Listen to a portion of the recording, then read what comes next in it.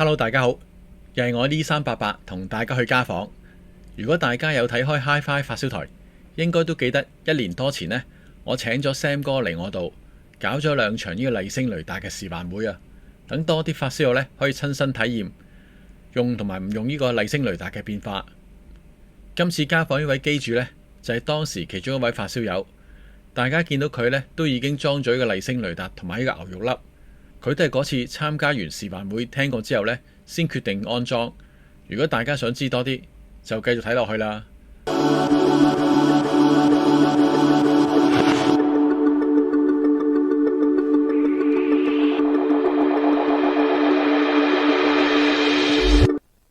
先同大家介紹下機主嘅器材啊。佢呢部 SACD 機呢，係呢個斯巴克 SCD-T50。經呢個 Oppo Sonica 嘅解碼器，去呢個 Sound Master Number 101嘅前級，後級呢都同樣都係 Sound Master， 係 Number 76嘅 Mark III 嘅後級。喇叭呢就係呢個 Verity Audio 嘅 Fin。其實我都好大膽問機主啊，你套機都唔算好貴，點解肯花錢呢喺呢個麗聲雷達上面啊？佢就話雖然呢套機而家唔算好高級，不過呢用咗麗聲雷達呢同埋牛肉粒之後呢，真係發覺好有效。同埋今日用咗呢個麗聲雷達嚟處理呢個環境，就算第日咧升咗級咧，都可以用翻呢啲麗聲雷達。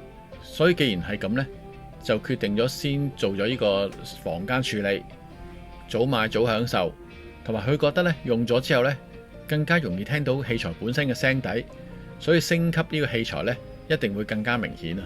另外機主話之前咧睇過我啲片，我分享過呢個 Acoustic Solid 嘅黑膠唱盤，同埋呢個 Vincent Audio 嘅唱頭放大器，佢覺得咧都唔錯，同埋啱佢嘅筆值，所以咧就買咗。下一步咧就要買呢個唱臂同埋呢個唱頭，佢就等緊我出片咧，睇下有啲咩好介紹，先決定下一步咧買啲乜嘢唱臂同埋唱頭，搞到我都有啲壓力。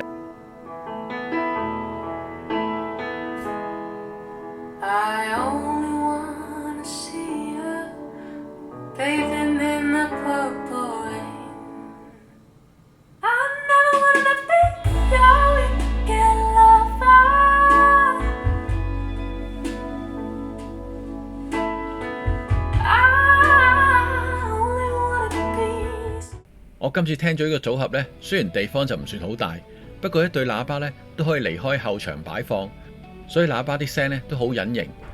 再加上後場呢有呢個牛肉粒，可以減低呢個喇叭後場呢嘅反射聲，聲音自然呢會更加有深度感。至於音色方面，用到膽前後級，再加上個 Fin 喇叭本身呢都係有啲音色，所以出嚟呢都有啲膽味，但唔算太濃，整體平衡度都唔錯。唔會話太過偏聲，播唔同類型音樂咧都可以。不過我覺得咧細緻度咧應該有空間可以提升，所以咧就得到佢嘅同意。我都嘗試一下調校，先試試咧拎起部 SACD 機鬆一鬆佢嘅機腳，我發覺聲音果然更加開揚，同埋音樂嘅細節咧都聽多咗。之後索性咧試試用釘腳咧承起部 SACD 機，出嚟嗰啲效果咧更加明顯。唔單止話細節聽多咗，人聲嘅立體感都提升唔少。機主都冇估到咧有咁大差距啊！呢個咧都係我一向嘅諗法，無論器材平貴，其實調校咧都佔有好重要嘅部分，所以調校得啱咧，絕對有驚喜。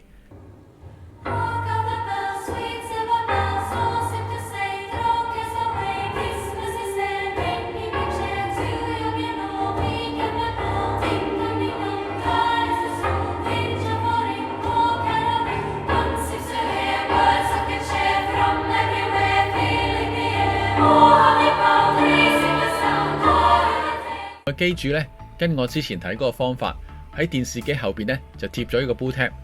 機主話咧效果都好明顯，絕對係一個小投資大改善啊！